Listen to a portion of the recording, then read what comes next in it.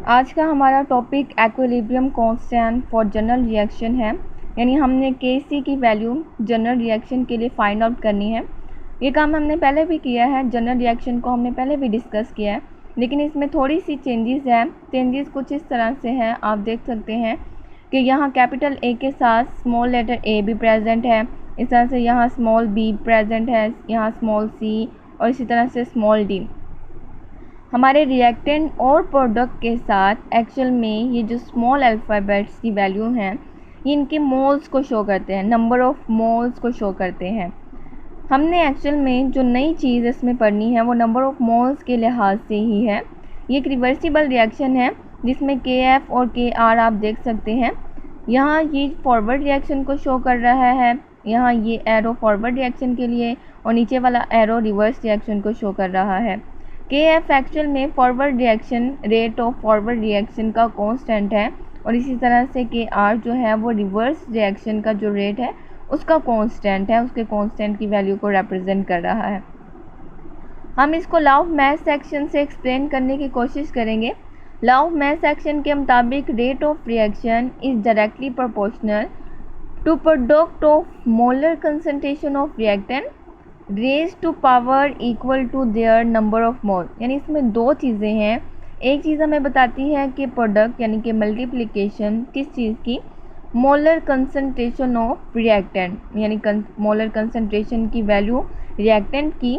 और इसके बाद जो दूसरी चीज़ है वो रेज टू पावर, यानी जब हम कंसंट्रेशन की वैल्यू लेंगे उसके ऊपर हमने पावर में कोई ना कोई वैल्यू यूज़ करनी है और वो वैल्यू क्या होगी, किस चीज़ को रिप्रेजेंट करेगी, equal to their number of mole. Actual में वो वैल्यू उनके नंबर ऑफ मोल्स को रिप्रेजेंट करेगी।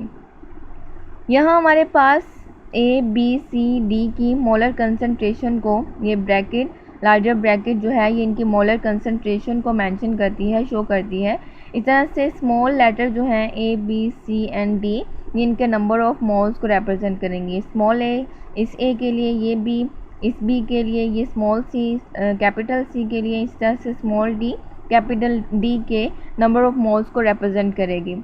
अगर हम रिवर्सिबल रिएक्शन में देखते हैं तो रेट ऑफ फॉरवर्ड रिएक्शन यानी R जो है वो रेट को शो कर रहा है। Rate of forward reaction is directly proportional to concentration of A and B और रेज टू पावर आप देख सकते हैं उनके नंबर ऑफ मोल्स हैं, इन दोनों का प्रोडक्ट और रेज ऑफ टू पावर में उनके नंबर ऑफ मोल्स हैं।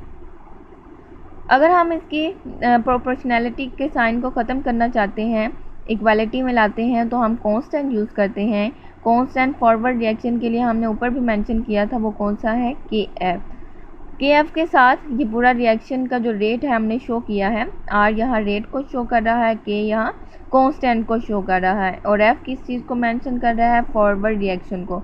इसी तरह से रिवर्स रिएक्शन के लिए R है, कैपिटल R के साथ स्मॉल r रेट के लिए है और स्मॉल r रिवर्स रिएक्शन के लिए है। ये डायरेक्टली प्रोपोर्शनल है concentration of C and D यानी कि प्रोडक्ट के, क्योंकि रिएक्शन रिवर्स में जा रहा है और रिवर्स रिएक्शन हमेशा प्रोडक्ट पे डिपेंड करता है और प्रोडक्ट हमारे पास C एंड D है। जब उसी तरह से हमने जब इनकी प्रोपोर्शनैलिटी के साइन को ख़त्म करना है तो कांस्टेंट यूज़ करेंगे। कांस्टेंट कौन सा, KR कांस्टेंट और उनकी मोलर कंसंट्रेशन का प्रोडक्ट और उनके पावर में क्या है, मोल्स की तादाद। ये होगी फॉरवर्ड और रिवर्स रिएक्शन की बात। अब हम बात करते हैं एक्विलिब्रियम पर। जब हमारे पास रिएक्शन कहाँ पे है, एक्विलिब्रियम पर है। एट एक्विलिब्रियम स्टेट हमें पता है फॉरवर्ड रिएक्शन का जो रेट है वो इक्वल हो जाता है किसके, रिवर्स रिएक्शन के रेट के, यानी कि RF जो है वो इक्वल हो जाएगा RR के।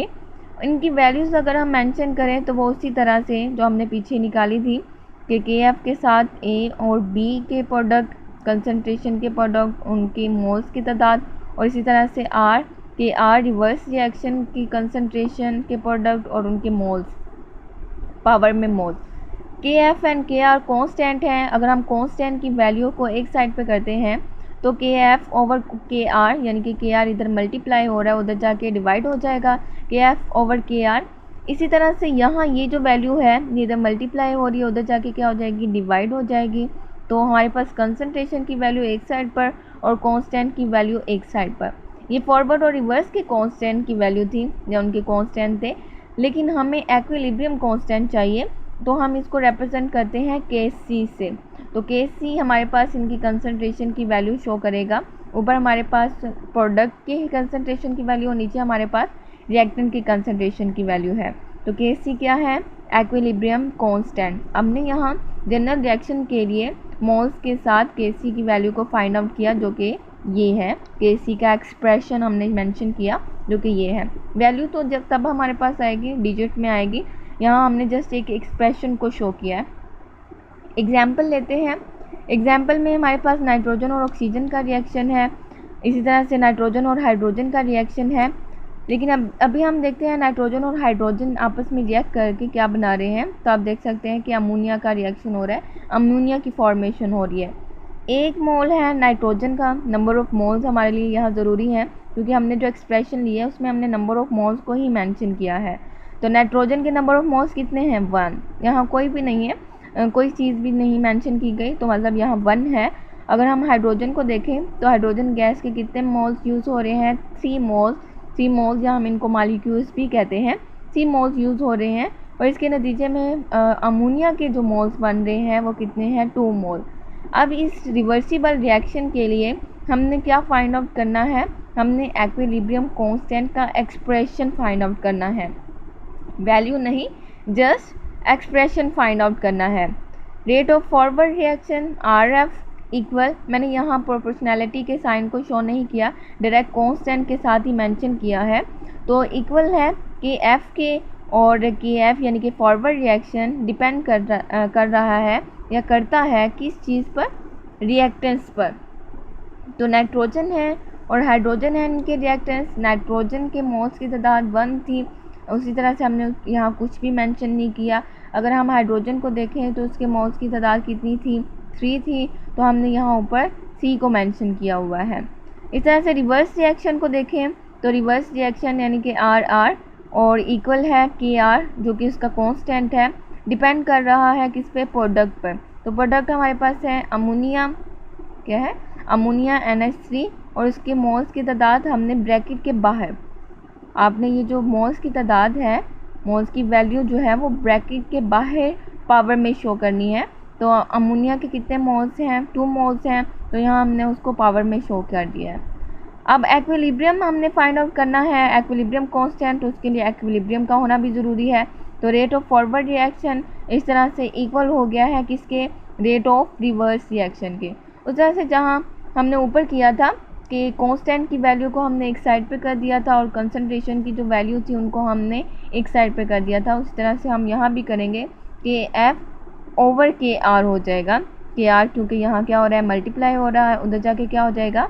डिवाइड हो जाएगा। तो हमारे पास जो फाइनल एक्सप्रेशन आएगा वो कुछ इस तरह से आएगा, KF/KR, और अमोनिया ऊपर है अपने मोल्स की तादाद के साथ, और नीचे nitrogen and hydrogen.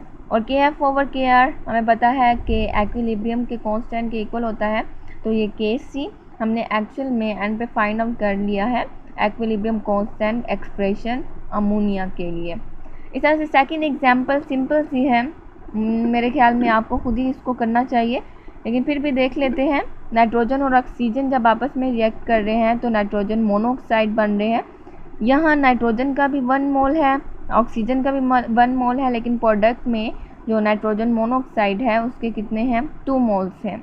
Forward reaction आपने मेंशन करना है, उसी तरह से रिवर्स रिएक्शन को मेंशन करना है। इक्विलिब्रियम एक्सप्रेशन ज़रूरी है, तो इक्विलिब्रियम पे ये दोनों वैल्यू क्या हो जाती हैं? इक्वल हो जाती हैं। तो हमने दोनों वैल्यू को यहाँ मेंशन कर देना है। फॉरवर्ड रिएक्शन रिएक्टेंट पर डिपेंड कर रहा है, नाइट्रोजन एंड ऑक्सीजन, और हमारे पास रिवर्स रिएक्शन डिपेंड कर रहा है प्रोडक्ट पर, यानी कि NO और उसके मोल्स की तादाद।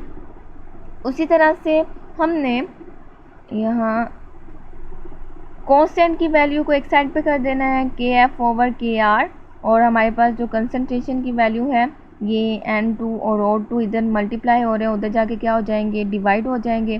तो NO के नीचे हमारे पास नाइट्रोजन और ऑक्सीजन की वैल्यू है। इस तरह से KF/KR क्या है हमारे पास? Kc। तो Kc यानी कि इक्विलिब्रियम कांस्टेंट इस चीज़ के ये जो वैल्यू हमने यहाँ निकाली है इसके इक्वल हो जाएगा। तो एक्चुअल में हमने एक्सप्रेशन शो किया एक्विलिब्रियम कांस्टेंट का, किसके लिए, नाइट्रोजन मोनोऑक्साइड के लिए।